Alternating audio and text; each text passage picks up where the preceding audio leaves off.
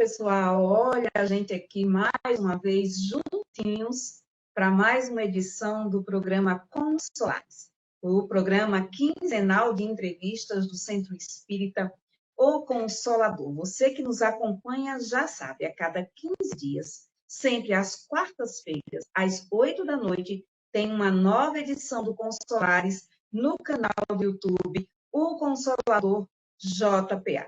Para você que está nos conhecendo agora, seja muito bem-vindo. Toda quarta-feira, a cada 15 dias, aliás, a gente traz sempre uma nova entrevista, uma nova temática. E nessa temporada do Consolares, nossa temática central está tratando sobre os conflitos e guerras da atualidade.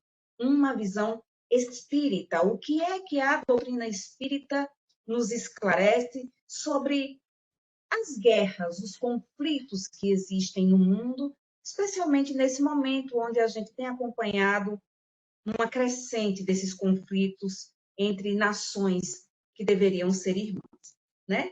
Na conversa de hoje, nós temos o nosso querido amigo, trabalhador da Casa Espírita do Centro Espírito Consolador, o nosso irmão Carlos André Soares. Daqui a pouquinho eu chamo ele para se apresentar, para dar as boas-vindas, porque antes eu preciso falar para vocês das nossas redes sociais, né? Não posso esquecer esse recadinho, porque a gente quer muito a sua presença nas nossas redes sociais. A gente tem um Instagram, a gente tem o Facebook, sempre nesse endereço, o Consolador JPA. E é muito importante para a gente o seu engajamento. Deixa lá sempre o seu like nas nossas redes, coloca seus comentários, dê suas sugestões, seja no Instagram, seja no Facebook. E aqui no YouTube também é muito importante esse seu contato. Você é o nosso termômetro. Dá o seu like no nosso vídeo, né? É muito importante para a gente que haja esse engajamento. Comenta sobre as nossas entrevistas. O Consolador também tem, sempre às quartas-feiras, também nesse canal palestras. Então, comenta para a gente, dá a sua impressão sobre o que a gente está falando. E não esquece, pega lá o linkzinho e compartilha com os amigos, com a família, para que a gente faça a palavra do Cristo cada vez mais ser disseminada num alcance infinito, porque a internet nos permite isso. E agora eu volto, claro, para a apresentação do nosso querido amigo Carlos André Soares, que a gente chama, claro, carinhosamente de André. É um trabalhador do Centro Espírita O Consolador, estuda a doutrina espírita já há muito tempo, e ele vai trazer para nós, dentro dessa temática central das guerras, o tema Por que a guerra e não a paz? É sobre isso que a gente vai conversar com o André hoje, mas antes, eu quero ouvir as suas vidas, André. Boa noite a todos os telespectadores, né, e aqui do canal e do Centro Espírita O Consolador também, a quem eu agradeço a oportunidade de estar aqui com vocês para conversarmos sobre este tema da noite de hoje. Que maravilha, a gente está muito feliz, porque a gente está recebendo nessa temporada muitos trabalhadores do Consolador. São pessoas que há anos se dedicam ao estudo da doutrina espírita, que há anos estão ali trabalhando, levando a palavra do Cristo, esclarecimento, que traz a doutrina dos espíritos para nós, que traz essa luz dentro daquilo que o Cristo já havia trazido, reforçando o que ele ampliando os nossos conhecimentos. Como o tema de hoje, por que a guerra e não a paz? Nós vamos nos basear muito na conversa de hoje no capítulo 6, da terceira parte do livro dos Espíritos. Tem algumas perguntas desses itens, nessa parte do livro dos Espíritos, que podem nos responder por que a gente vive momentos de guerra, ao invés de escolher momentos de paz. Então, a gente também vai fazer aí uma mistura de algumas perguntas que a gente encontra no livro dos Espíritos, para esclarecer, trazer aí, digamos, um destrinchamento do que as respostas do que Kardec codificou traz para a gente a respeito do assunto. E aí a minha primeira pergunta, André, não podia deixar de ser. A gente, como eu falei, está vivendo aí muitos conflitos armados, a mídia tem mostrado isso para a gente. Nação que devia ser irmã de outra, uma contra a outra. E a primeira pergunta do nosso tema de hoje é: a guerra é um mal necessário, André? O que é que a doutrina espírita nos diz sobre isso? Bem, necessário, né, necessidade não é o termo mais adequado nesse contexto, né? Pois o homem, nós, a humanidade, né, sempre julgamos uma coisa necessária quando não encontramos outra melhor. Na verdade, a guerra, a causa da guerra, ela acontece devido para satisfazer as paixões do homem e ainda a predominância da natureza animal que ainda existe sobre a natureza espiritual no homem. Então, nesse estado de barbárie, né, pelo que já passamos, os povos só conheciam apenas um direito, que era o direito do mais forte. E isso, para eles, o estado de guerra era um estado normal.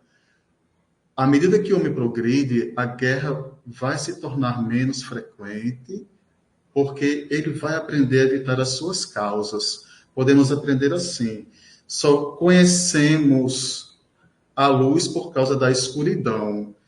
Então, para aprendermos a viver em paz, infelizmente, temos que conhecer as guerras, os flagelos, para nos vermos como irmãos em determinado momento, de acordo com a evolução espiritual de cada um. Hoje atingimos um desenvolvimento intelectual em que a humanidade conquistou só o verniz da civilização, uma fachada. Ainda nos perdemos nos labirintos de nossas paixões, porque ainda valorizamos ainda o egoísmo, o orgulho, a vaidade, essa personalidade do ser. Ainda não nos reconhecemos como seres espirituais perfectíveis que nós somos, destinados ao encontro com Deus. No dia que o homem... E quando o homem julgar a guerra necessária, como a pergunta foi feita, né, logo no início, nesse contexto já de uma certa evolução moral, ele vai saber aliar o seu modo de agir mais ao sentimento de humanidade. Podemos até ver hoje como exemplo as questões das ajudas humanitárias que acontecem nas guerras. Embora nações em conflitos, elas em determinado momento permitem essas ajudas entre os que estão no meio desses conflitos. Então, nesses conflitos, acaba trazendo à tona o sentimento daquilo que a doutrina espírita nos traz como uma máxima, né? Que fora da caridade não há salvação. E isso acaba trazendo à tona esse nosso lado caridoso. Isso, exato.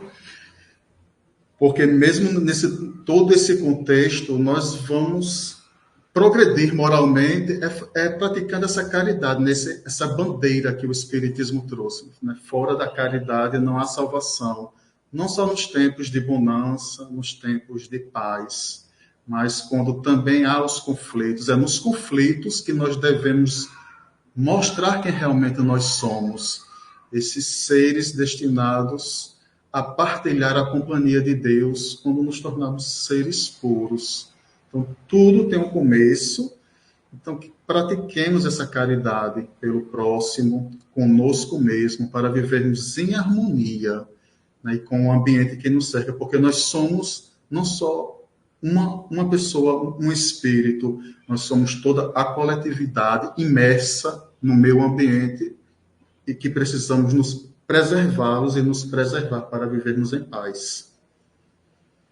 André, quem ainda não conhece a doutrina espírita, não teve ainda a oportunidade de estudar a doutrina espírita, ainda tem muito aqueles conceitos de que nós sabemos e temos certeza que Deus é a inteligência suprema, né? Que ele é onipotente, onipresente, onisciente, e aí muitas vezes a gente se pergunta, diante desse poder infinito, absoluto e único que Deus é, ele não poderia chegar, como a gente diz no senso popular, colocar a mão no meio desses conflitos e cessar essas batalhas? Por que Deus, né, permite? Qual é o objetivo de ele permitir? Qual é a causa dele permitir que esses conflitos eles aconteçam e perdurem por tanto tempo?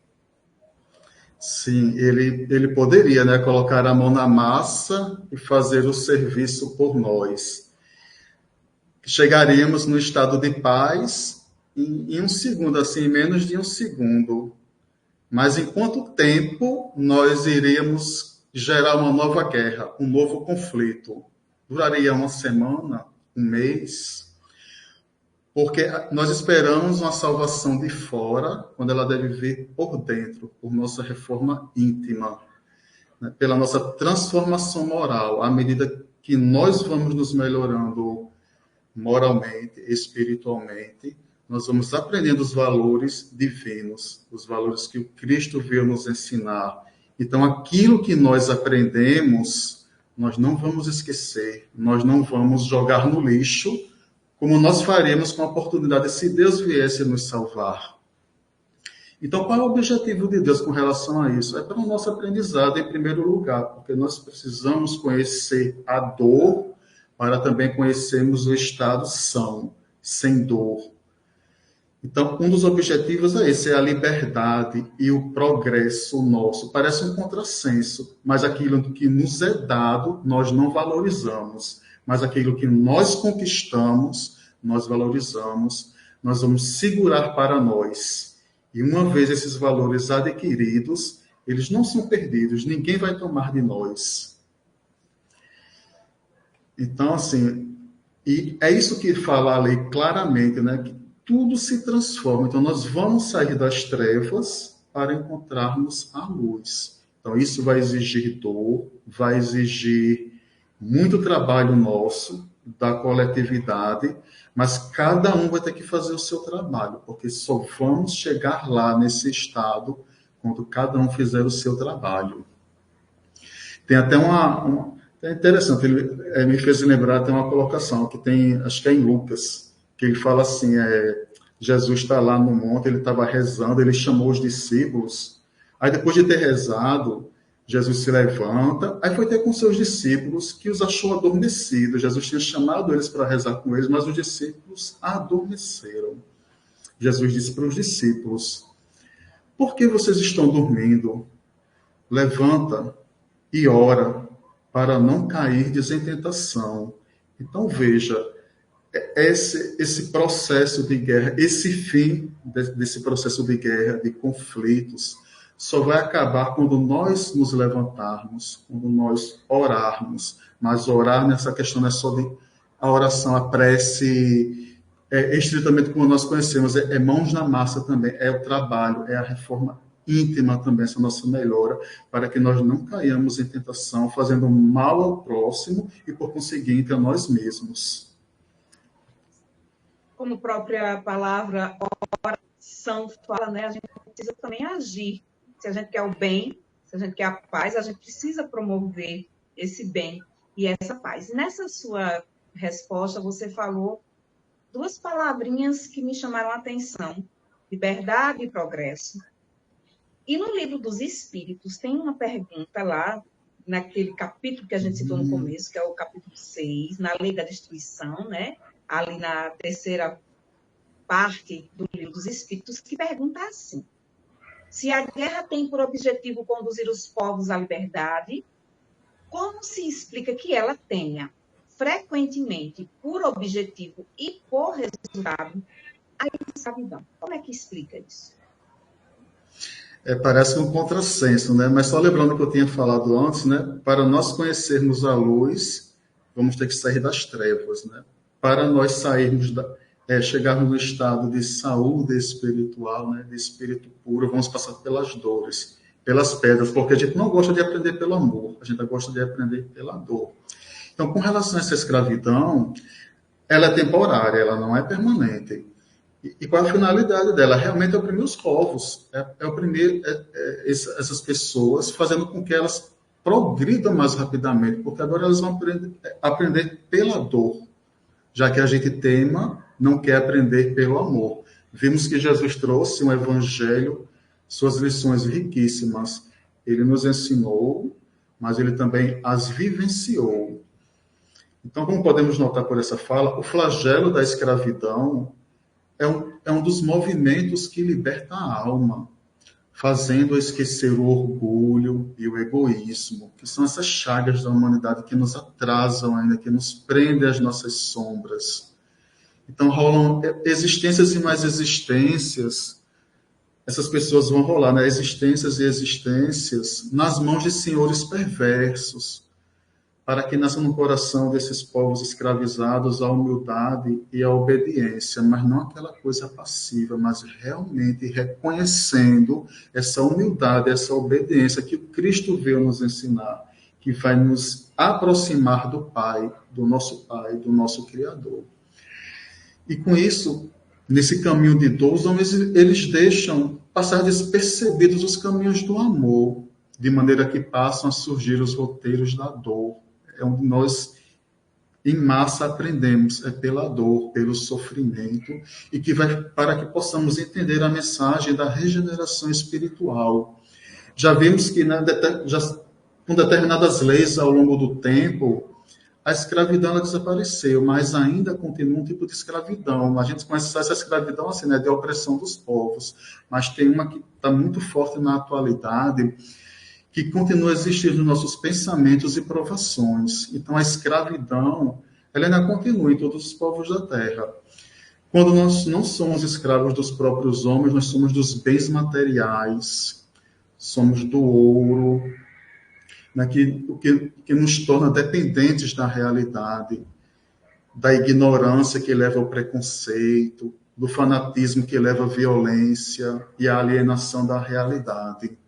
Então, ainda somos escravos da matéria, quando o correto seríamos viver na matéria, mas não materialmente, começarmos a vivenciar as leis do Cristo, porque somente a lei do amor é capaz de libertar as criaturas. A gente já teve aí a presença do Mestre Jesus encarnado entre nós, trazendo tantas maravilhas, o exemplo vivo do amor. E a gente tem, né, a doutrina espírita que traz ainda mais esclarecimento, unindo-se ao Cristo, sendo a palavra do Cristo também para nós. E mesmo assim, André, a gente ainda, como você está dizendo aí, acaba nesse estágio que ainda estamos espiritual de ignorância, escolhendo promover as guerras. Por que o homem ainda faz essa escolha? Pois é, né? Porque aqui o homem ainda faz a guerra, não é? Pois é, por causa dessa questão ainda muito material em que ele se encontra. Ele prefere viver na ilusão da matéria e renega o ser espiritual que ele é. Então, ele prefere a satisfação das suas paixões materiais, que para ele é muito mais prazeroso, é muito mais tato, é muito mais, como é que eu devo dizer, bem mais físico, né? Está bem mais ao alcance dos sentidos dele. Isso mostra ainda o que? A predominância da natureza animal sobre a espiritual ainda. Então, isso mostra que ainda vamos passar, né? Espero que a gente não, né? Mas muitos de nós ainda vai passar roteiros de dor para aprender a viver em paz, a respeitar o direito do próximo. E também tem a questão da ambição, que é sempre o motivo vou falar assim dos países, né? Dos países famintos por dinheiros e bens materiais que refletem nos governos e até mesmo nos povos também. O que é que acontece nesse meio também? Geralmente, aqueles que perdem as guerras, né, eles sofrem muitas derrotas, né? Ainda têm seus bens, ainda são surrupiados, têm seus bens roubados, sofrem agressões físicas, sexuais. Então, eles sofrem todos os tipos de expoliações, né? Numa guerra, assim, as pessoas se tornam bárbaros, né? Surge tudo que há de pior no ser humano, a guerra traz isso à tona. E então, por essa convivência, né, aí os opressores se acham no direito de fazer justiça ainda com as próprias mãos, com seus semelhantes, achando pouco aquele povo sofrido, já massacrado, de ter passado por uma fatalidade desse tipo. Então, assim, o homem ele faz a guerra, infelizmente, em seu próprio benefício. E este E o homem, né, sem dúvida, é o verdadeiro culpado, não tem como não ser. Então, essas pessoas, né, esses países, esses governos, eles ainda vão expiar em muitas encarnações para recuperar, né, todas as mortes que eles causaram. E eles vão responder por todos os homens que morreram para satisfazer a sua ambição. Então, infelizmente, ainda tem essa satisfação, né, das paixões ainda nos bens materiais. Seria esse o grande motivo, né, o egoísmo, né, o orgulho ainda latente. E aí, André, me vem agora a questão de que isso também mostra muito do que nós, que achamos que não estamos promovendo a guerra, essas guerras falam muito sobre nós também, porque quando a gente vê na TV, vê nas redes sociais esses conflitos, a gente acaba também externando sentimentos com relação aos promotores da guerra, aos promotores oficiais das guerras, muitas vezes sentimentos de ódio, né? De muita raiva, de desejo de vingança contra eles, mas esses sentimentos que às vezes despertam em nós por essas guerras, eles também estão seguindo um momento de conflito. Também estamos levando para um conflito no sentido ruim da questão, não é isso?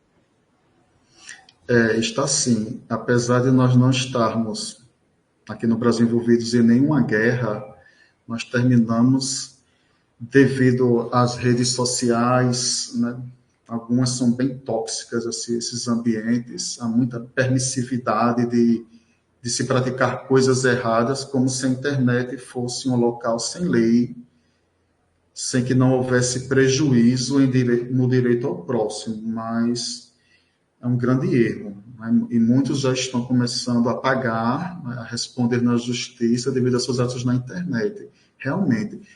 Inclusive, numa guerra, é bem interessante, tem agora que eu me lembrei, tem uma frase bem interessante que diz que quando chega uma guerra, a verdade é a primeira que morre. Essa frase eu não sei bem se é algumas pesquisas que eu fiz, né, ela foi cunhada lá na Primeira Guerra Mundial ainda, veja, entre 1914 e 1918. Atribui-se, mas eu não tenho certeza, a um senador americano que fez esse discurso lá no Congresso americano, mas eu não tenho certeza com relação a isso. Mas a frase traz essa verdade, quando uma guerra chega, a primeira que morre é a verdade. Começa o quê? O que é que acontece? É uma guerra de narrativas, e hoje com a disseminação da internet, das redes sociais, isso nós vemos que é muito latente, é muito profundo. Começa-se uma série de desinformação, que as pessoas começam a propagar sem ter a preocupação de verificar se tal fato é verdade ou se não é, ou até que ponto é verdade ou que não é. Então, cunhou-se até recentemente, há pouco tempo, a expressão pós-verdade. Gente, o que é isso? Pós-verdade é uma coisa estranha, não é? Foi até registrada no dicionário de Oxford, que é da Inglaterra, se eu não me engano. Então, o que seria essa pós-verdade, que já é uma consequência disso, né, da desinformação? Veja só como é uma coisa absurda. É uma circunstância em que uma relevância excessiva é atribuída a notícias mentirosas. Ou seja, vamos dar uma relevância importante, excessiva, a notícias que são mentirosas, que são falsas ou parcialmente falsas. As que são mais assim, mais sutis, utilizam esse um pouquinho de verdade com um pouquinho de mentira. E a intenção é maquiar os fatos, de enganar e de manipular. Então, ao invés de se apresentar a verdade objetiva sobre os acontecimentos, vai apelar para as crendices, sentimentos ou crenças dos indivíduos, dos seres humanos. E as fake news, todo mundo ouve falar, né, de fake news, né, que são as notícias falsas. É exatamente isso. Elas são o combustível da pós-verdade. Mas como assim? Isso quer dizer o seguinte, que um conjunto de fatos ou informações que eles são manipulados, repetidos sobre os valores de crenças das pessoas, de seus sentimentos, elas vão se sobrepor.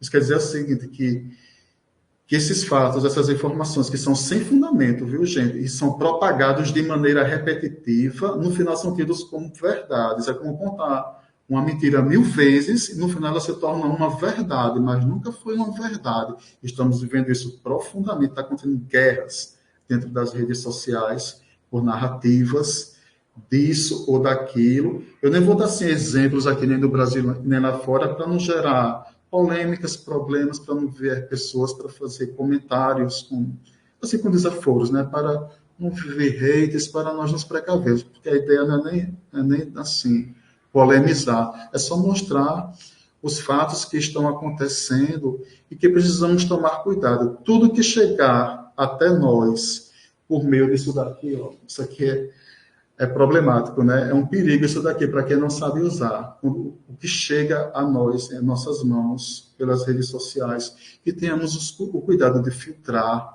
de verificarmos o que é verdade, do que não é, para evitarmos esse compartilhamento desnecessário, porque as big techs, elas ganham com isso, seja com notícias boas ou ruins, mas o ruim no momento, o mal ainda é quem tem muita força e o que dá o poder ainda, infelizmente, ainda a essas redes. Então, não vamos nos imbuir desses sentimentos como espíritas, como cristãos, vamos ter cuidado com o que chega até nós e com o que nós vamos compartilhar, levar adiante, porque nós vamos ser responsáveis pelo mal que fazemos virtualmente, não só presencialmente, fisicamente, frente a um irmão, mas no meio digital também. Muitas pessoas, né, estão passando por muitas dificuldades, muito sofrimento, ansiedades, depressão, por causa dessas fake news, dessa pós-verdade. Então, vamos, no meio digital, levar a paz. Não vamos querer sofrer, vir numa encarnação, até mesmo nessa vida. Então, e numa próxima encarnação, sofrer, vir com mais débitos por causa de algo que nós podemos controlar, que está em nossas mãos. Vamos verificar os fundamentos e segurar. Não vamos compartilhar algo que a gente tenha dúvida ou que saiba que não é o correto. Seria isso, É interessante você trazer essa questão, porque, digamos assim, as guerras não são apenas os conflitos armados, né? Você trouxe aí para a gente uma ótima explicação sobre a guerra de narrativas. E além dessa questão das fake news nas redes sociais, a gente vive muito o que a gente chama de tribunal das redes sociais, né? Se coloca uma notícia lá e as pessoas sentem aquela necessidade de estar opinando sobre aquilo, muitas vezes instigando a violência, né? Incentivando a violência, a vingança, quando a gente sabe, e o Espiritismo também deixa isso muito claro para a gente, que uma coisa é justiça, outra coisa é vingança, são duas coisas absolutamente diferentes. E a gente precisa prestar atenção nisso na hora que a gente vai lá colocar aquele comentáriozinho que a gente está ofendendo outras pessoas, né? Está desrespeitando a maneira delas de pensar, porque ninguém é obrigado a pensar como nós, a ter a mesma crença, ninguém é obrigado a ter a mesma crença, o mesmo ideal. Nada, as pessoas são individuais, nós somos seres diferentes uns dos outros, vivemos num planeta aí, e principalmente a maioria das nações democráticas, então, que a gente aprenda a ter esse respeito nesse mundo virtual que também está gerando tantos conflitos, que não são armados, não tem bombas, né, não tem armas, mas que está levando, como você deixou aí de uma forma maravilhosa, muito claro, a tantas epidemias. O transtorno de ansiedade e a depressão são epidemias e são sérias, porque elas são, entre aspas, invisíveis. Muitas vezes você está ao lado de uma pessoa que está ali sorrindo, brincando, aparentemente feliz, mas ela está com depressão e não está cuidando disso. E as pessoas estão ali nas redes sociais apontando o dedo, recriminando, sem entender sobre aquilo. Então, que a gente coloque em prática essa mensagem maravilhosa que a Andréia traz para a gente, de que a gente seja paz também nesses lugares, que se o mal tem força lá, que a gente comece a colocar o bem, fazer com que esse bem crie força também. E dentro desse bem, ainda nesse nosso tema, o que é a guerra e não a paz, André, a gente sabe que a história da humanidade é formada de muitas histórias de conflitos armados desde o Antigo Testamento. A busca pela Terra Prometida, por exemplo, traz para nós essa questão desses conflitos, e mesmo depois que os hebreus conquistam essa Terra Prometida, eles continuam, aí começa um conflito dentro do próprio povo. Mas, trazendo para a história mais atual, a gente também tem personagens que conseguiram, por meio da paz, libertar suas nações. A gente tem exemplos como Mahatma Gandhi, a gente tem exemplos como Nelson Mandela. Então, assim, é possível conquistar, ter essas conquistas através da escolha da paz? Sim, tanto é possível, né, não só a partir deles, né, que eles foram até, são exemplos bem recentes que nós temos, mas o Cristo já nos mostrou isso. Então, a história já nos mostrou a questão de Nelson Mandela, que ele era um sul-africano, né, ele foi ativista e político sul-africano, mas ele nunca participou de nenhuma ação violenta. E sabemos que ele foi um dos grandes nomes na luta contra o apartheid na África do Sul, né, onde segregava, né, a população negra da população branca. Então, não houve conflito armados, não houve. Que ele era pacifista, né, ele não era um ativista violento, nada. Mas mesmo assim, ele foi preso em 1963, veja só, né, ele não gerou nenhum conflito, não pegou em armas e nada, mas ele foi preso e permaneceu 27 anos na cadeia. Tem uma frase bem interessante que ele fez que ele pronunciou no julgamento, né, para um dos juízes, que ele falou assim, vou até ler aqui, que até eu peguei, achei muito interessante, eu combati o racismo por toda a minha vida, eu o combato hoje, eu combaterei amanhã. Então, veja só, isso foi a defesa dele, ele foi preso, então foi um racismo puro, bastante exacerbado na época, como ainda existe hoje. E ele, depois que foi solto, ele foi eleito presidente, veja só, em 1994, que foi conduzido para a reconstrução do país. Tem até um filme sobre isso, esqueci o nome do filme, eu gostaria de ter lembrado para trazer, mas até com Matt Damon, um filme muito, traz toda essa trajetória dele, né, que ele foi preso, que tornou-se presidente, que o presidente anterior, que era o Frederic de Klerk, ele que deu início a esse processo de abolir, né, o apartheid. Então, viu nele, na história dele, de Nelson Mandela, ali, aquela pessoa, aquele ativista que não usou da violência. Então, o Nelson Mandela aceita esse convite dele, e juntos eles começam a conduzir a reconstrução da África do Sul e encerrar o apartheid no país, acalmar, né, os ânimos, pacificar a população. Ele ainda recebeu um prêmio Nobel da Paz em 1993. Então, veja só, isso antes de ser presidente, né? Um ano depois ele foi eleito presidente. E também temos o Mahatma Gandhi, que libertou a Índia do colonialismo inglês. Ele também não... Só para constar, né, Mahatma Gandhi, né, estava dando uma olhada, né, na biografia dele. Mahatma significa grande alma, né, que é Gandhi, a grande alma. Então, veja só, pelo modo como ele se portou dentro da colonização inglesa. Então, ele se usava de uma palavra que eu até anotei aqui, que é satyagraha, que era um princípio de protesto não violento.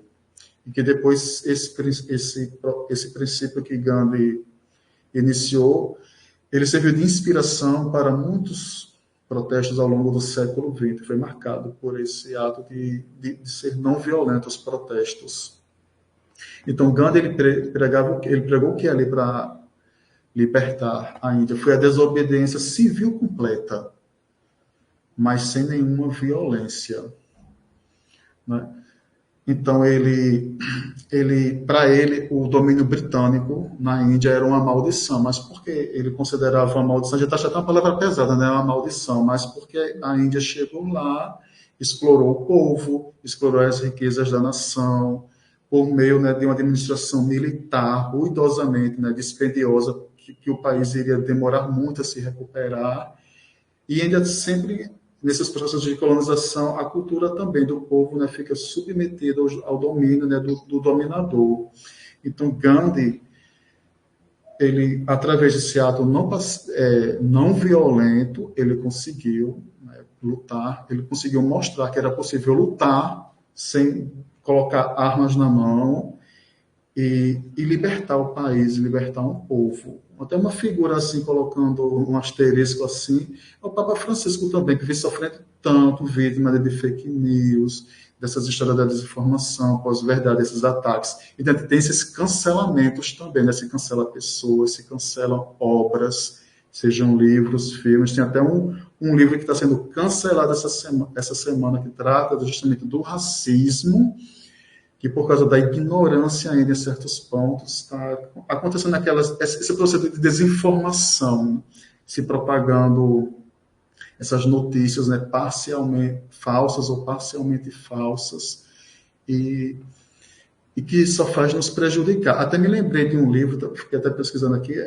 tem um livro que é chamado 1984, apesar do título ser 1984, ele foi escrito em 1949 pelo George Orwell. Então, é bem interessante o que ele traz ali naquele livro dele, narrando um sistema totalitário, para que estamos vivendo isso naqueles dias. Que um dos princípios do partido lá, que era o totalitarista, que dominava a Inglaterra, que no livro se chama Oceânia, veja só, 3 princípios que tinham o slogan desse partido totalitarista que dominava a Oceânia. Guerra é paz, veja só a incongruência. Liberdade é escravidão. As pessoas eram escravas do regime.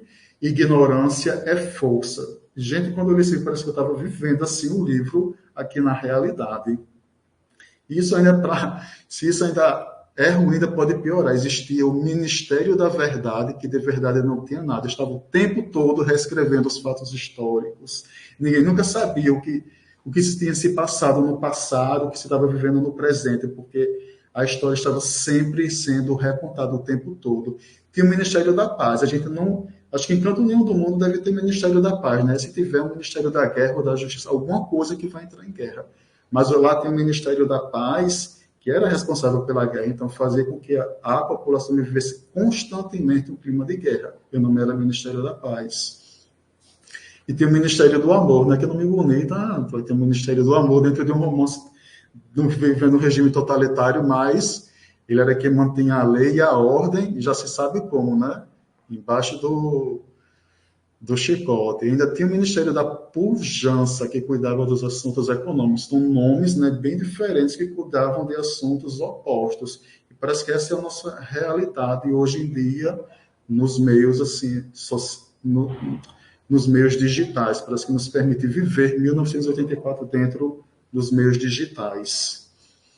Seria isso. É isso. A gente está vendo aí que é possível fazer um mundo de paz, pela paz, para a paz, porque essa é a proposta do Mestre Jesus. E a gente está chegando ao fim do nosso programa, André, mas eu tenho uma última perguntinha para te fazer. É uma pergunta que a gente encontra lá no Livro dos Espíritos, que eu acho extremamente importante para que a gente possa também trazer esperança. A guerra desaparecerá da face da Terra algum dia, André? Essa resposta, né, bem cara, assim, né? A gente espera que a guerra acabe, como a gente falou até no início, né? Venha por Deus, venha de alguma força externa. Mas não vai acontecer isso. Deus não vai se meter, porque senão nós não teríamos nenhum aprendizado. Entraríamos em guerra rápido novamente. Mas a resposta a essa pergunta é sim, Nice, graças a Deus, né? Que os Espíritos nos mostraram o caminho, mas quando a gente pode se perguntar, né? Ela vai acabar quando os homens compreenderem a justiça e praticarem o quê? A lei de Deus. Jesus já nos trouxe essas leis. O Espiritismo vem relembrá-las de novo, lembrando que Jesus tanto nos ensinou quanto ele as vivenciou. E quando isso acontecer, quando nós praticarmos, compreendermos e praticarmos a justiça e a lei de Deus, então nessa época todos os povos serão irmãos. vamos nos ver como irmãos. Quando é que isso vai acontecer?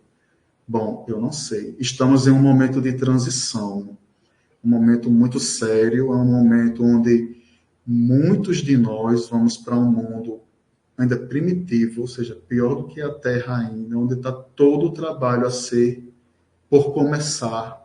Então, cabe a nós fazermos esse esforço de fazermos a nossa melhora moral, nossa melhora espiritual. Eu não sou responsável por essa melhora espiritual de ninguém, apenas por mim. Eu não consigo mudar o outro, eu tenho que mudar a mim. O outro tem o direito de ser quem ele é, mas eu tenho o direito de ser cada dia melhor.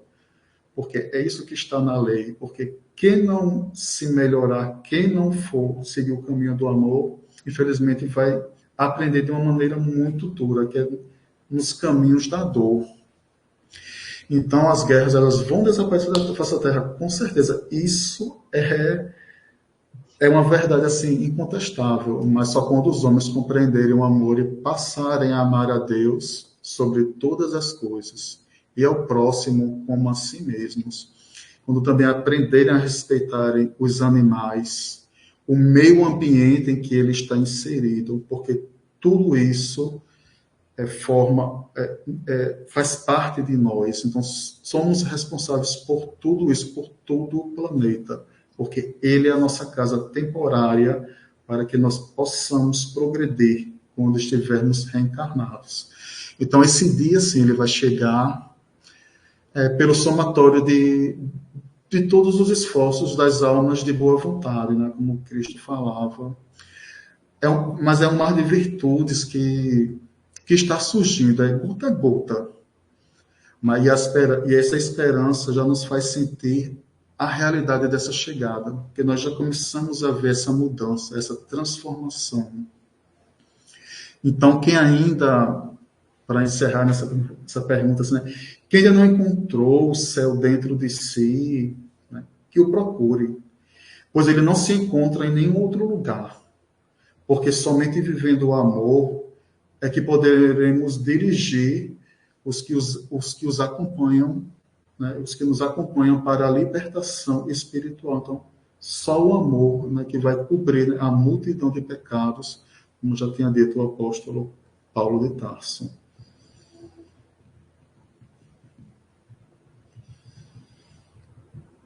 Então, André falou aí sobre os animais, meus pets estão ali querendo aparecer mais do que eu, André. Mas Verdade, é porque eu aqui em casa a gente já compreendeu essa mensagem também de amar os animais, né? De entender a participação da natureza na nossa vida, as plantas, as árvores, toda essa construção divina que nos é colocada para que a gente possa aproveitar. E essa conversa está maravilhosa. Eu estou muito feliz com esse tema. Eu estou muito feliz com a sua participação, que trouxe tanto esclarecimento para a gente. E agora, nessa última pergunta, você traz o que a doutrina espírita nos traz, não apenas como esperança, mas como reflexão do que nós somos integrantes desse planeta e como integrantes, agentes dessa questão da paz, somos agentes da paz, como na outra edição nos trouxe também nosso querido José Newton. Cada um de nós é um agente da paz. Então, que a gente faça sempre essa reflexão, essa autoanálise. Estou sendo um promotor da paz? Se eu quero a paz, por onde eu devo começar? Né? Por que eu escolho a guerra muitas vezes e não a paz? Então, eu estou muito feliz, muito agradecida com a sua participação e abro aqui um espaço rapidinho para você só se despedir da gente. Eu quero agradecer, né, pelo momento de estar aqui e deixar uma última mensagem, né, encerrando assim aqui, é que Deus nos abençoe a todos, né, para conhecermos mais depressa a verdade, porque somente ela tem o poder de nos libertar, de libertar cada um de nós. Então seria isso, né? Então uma boa noite a todos e muito obrigado pela atenção e pelo convite. A gente aqui agradece demais, demais mesmo a sua participação. Que conversa maravilhosa. Muito bom. E você que está aí nos acompanhando, quer saber mais sobre a doutrina espírita e esses esclarecimentos, essas revelações, essa luz que a doutrina nos traz? O Centro Espírita Consolador te ajuda com isso. A gente tem estudos na casa, na sexta-feira à noite, a partir das 7h30, lá na casa, estudo presencial do Evangelho segundo o Espiritismo. Aos domingos, nós temos o ensino sistematizado da doutrina espírita. Então, se você está querendo conhecer um pouco mais sobre o Espiritismo, fica aqui o nosso convite para você nos procurar. Nós ficamos no bairro do Geisel, bem pertinho ali da Valdemar Naziazeno, né? Rapidinho você coloca aí no Google e encontra o nosso endereço e você vai ser muito bem recebido. Todo domingo também tem palestra, atendimento fraterno, evangelização infanto-juvenil. Então, a casa está de portas abertas para te receber. E aqui no YouTube nós estamos também abertos para que você participe. Eu sempre gosto de terminar com aquele convite de sempre dar seu like, comenta, compartilha, faz a nossa rede social girar nesse mundo da internet, porque a internet, gente, tem muita coisa boa. O Consolares é um exemplo disso. E você pode buscar essas coisas boas na internet. A gente te convida a isso e te proporciona isso. Então, que daqui a 15 dias a gente volta com um novo tema falando sobre as guerras e os conflitos da atualidade na visão espírita, com um novo subtema. E a gente, claro, vai estar te esperando lá.